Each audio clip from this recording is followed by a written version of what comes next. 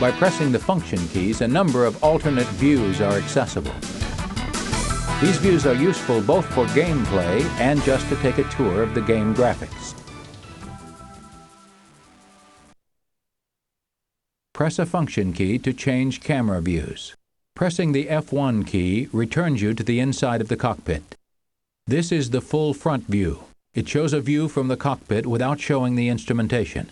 This view is useful when tracking an enemy plane visually, giving you a panoramic view of the sky in front of you without the cockpit instrumentation blocking your way. You can still control the plane from this view, but only your heading, altitude, and airspeed are displayed. This is the LSO view. It allows you to see through the eyes of the landing signals officer on the deck of your carrier. Unless your plane is very close, the LSO won't be able to see it. This view always faces the direction of your plane, whether it's in visual range or not. This is the Air Boss view. It gives you a view from the carrier's tower. As with the LSO view, this view always faces your plane, but you won't be able to see the plane unless it's within visual range of the carrier. This is the remote view. This camera position defaults to a close-up view from behind your plane. This view can be panned, tilted, and zoomed to change the camera position and distance from the plane. To pan and tilt, use the 2, 4, 6, and 8 keys on the numeric keypad.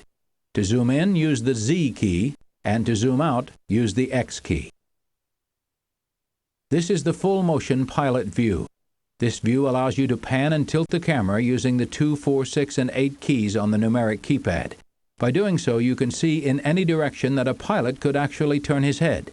To return to the forward view, press 5 on the keypad. This is the missile view.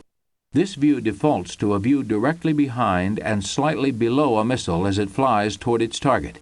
This view can be panned and tilted using the 2, 4, 6, and 8 keys on the numeric keypad, and zoomed in and out using the Z and X keys. If there is no missile in flight, this view shows your plane and works similarly to the remote view. This is known as the padlock view. It acts much like the full-motion pilot view, except that it remains centered on the targeted plane, following it as it moves within the pilot's field of view. This is the tactical view. The default view looks past your aircraft at your target. The view tracks to follow the target as it moves. This view can be tilted and panned using the 2, 4, 6, and 8 keys on the keypad, and zoomed in and out using the X and Z keys.